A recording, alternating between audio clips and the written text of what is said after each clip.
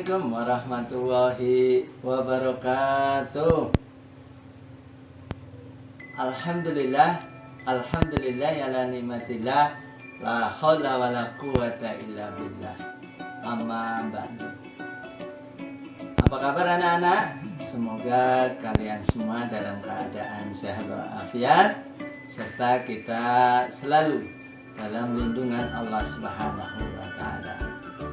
Bertemu kembali dengan Pak Muhlim, guru Sejarah Kebudayaan Islam kelas 6. Anak-anak, sebelum kita mulai pembelajaran kita pada kali ini, mari kita bersama-sama bermohon kepada Allah Subhanahu wa taala, semoga apa yang kita pelajari pada hari ini dimudahkan oleh Allah Subhanahu wa taala dan ilmu kita bermanfaat. Sama-sama kita awali dengan baca basmalah. Bismillahirrahmanirrahim.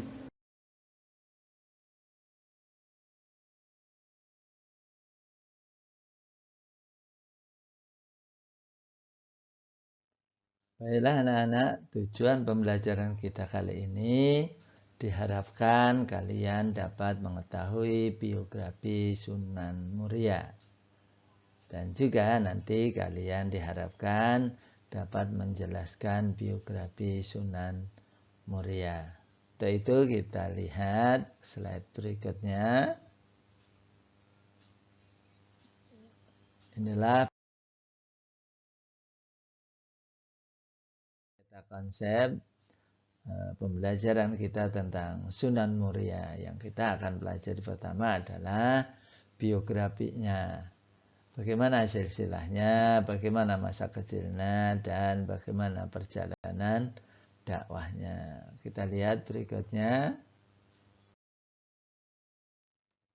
Nah, inilah biografi Sunan Muria atau silsilah Sunan Muria. Yang pertama, nama beliau aslinya adalah Raden Umar Said. Ya, beliau lahir pada pertengahan abad ke-15 Masehi, tahun ke-1400 sekian. Itu ya, diperkirakan beliau lahir pada pertengahan abad ke-15. Nah, beliau adalah putra seorang Sunan Kalijaga yang menikah dengan Dewi Saroh. Nah, berkenaan dengan ayah dan ibunya ini ada beberapa pendapat. Ya, ada yang mengatakan Sunan Muria itu adalah putra dari Son Haji begitu. Tapi dari beberapa riwayat, beberapa buku, dan telah diverifikasi oleh para ahli, Sunan Muria adalah putra dari Sunan Kalijaga dengan ibu Dewi Saroh. Begitu ya. Nah, gurunya sekaligus ayahnya yaitu Sunan Kalijaga. Beliau juga pernah berguru kepada Ki Ageng Ngerang. Itu ya, seseorang ulama pada saat itu yang ada di daerah Jawa Tengah. Nah, beliau wafat pada tahun 1551 Masehi.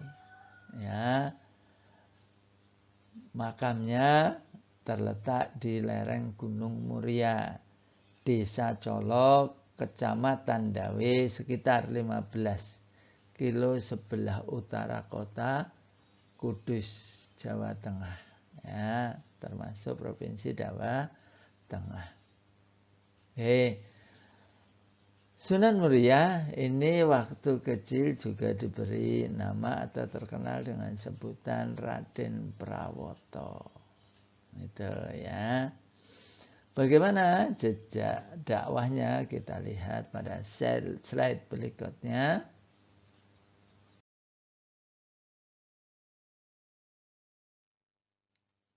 Nah, inilah silsilah kalau dibuat bagan itu ya.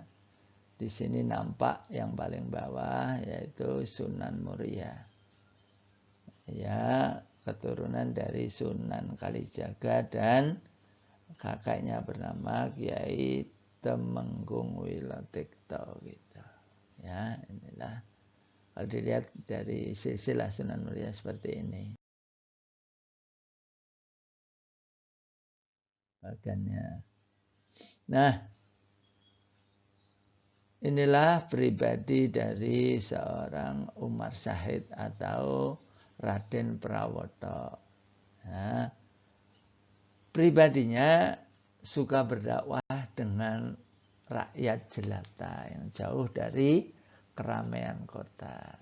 Lebih senang dengan seorang petani begitu yang jauh dari hingar-bingar perkotaan.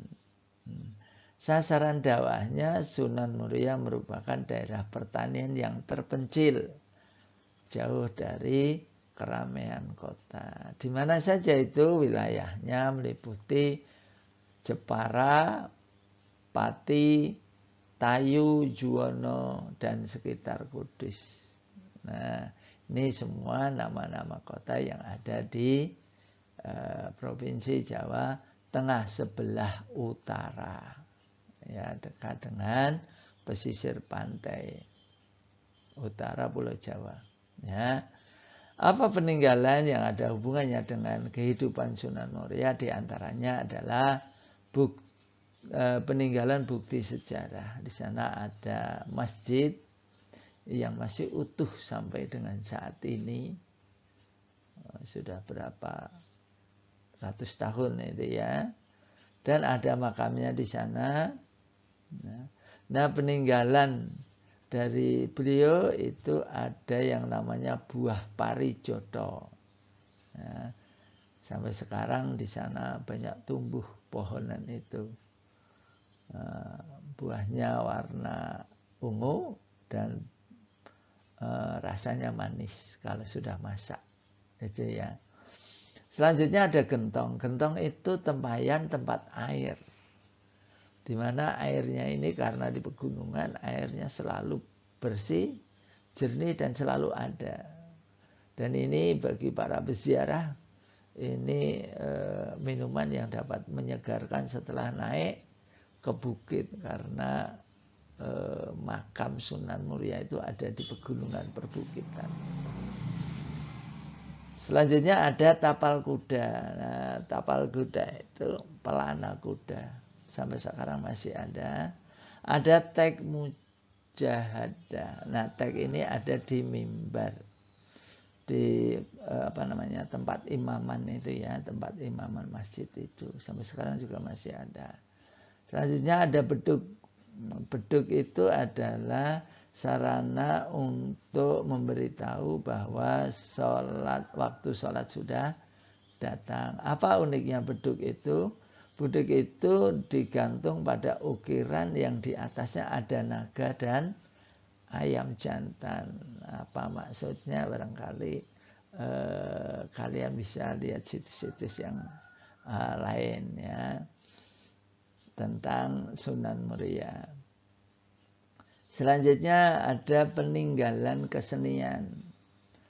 Tembang sebagai sarana dakwah. Ya, tembang Mojopat yang sampai saat ini masih sangat lekat dengan budaya orang Jawa, terutama yang menyukai wayang. Nah, itu sebagai sarana dakwah dalam rangka mengenalkan Islam kepada masyarakat seperti Sunan Kalijaga gitu ya. Beliau juga meneruskan sarana dakwah dengan wayang itu dari ayahandanya Sunan Kalijaga. Nah, tembang yang paling terkenal yang diciptakan oleh beliau adalah Sinom dan Kinanti. Itu ya, yang selalu dinyanyikan oleh seorang penyanyi kalau dalam bahasa Jawanya itu sinden itu ya, sinden dalam pewayangan itu. Nah, barangkali ini anak-anak yang Bapak sampaikan tentang biografi Sunan Muria. Oke ya. Inilah gambar-gambar. Yang paling atas itu mi'rab, tempat imaman itu ya, yang di atasnya tadi ada teks mujahadah ya. Yang di bawahnya lagi ini ada beduk, yang di atasnya ada ukiran naga dan ayam jantan. Nah, yang sebelah kanan ini adalah buah pari jodoh yang banyak tumbuh di sekitar makam Sunan Muria. Baiklah, inilah pantun yang selalu membuat kita bersemangat untuk salat 5 waktu. Depan rumah ada kolam tempat menanam bibit ikan. 5 waktu sehari semalam tetap harus ditunaikan. Burung nuri di atas dahan, terbang tinggi ke lain pohon. Hidup mati di tangan Tuhan, kepada Allah kita bermohon.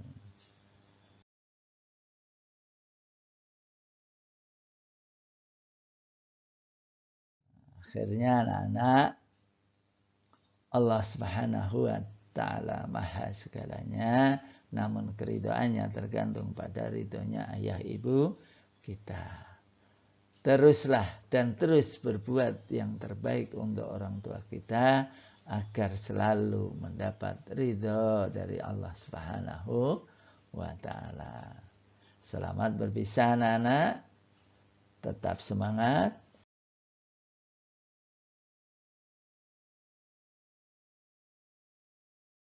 Jangan lupa salat, jaga badan tetap sehat agar bahagia dunia dan akhirat.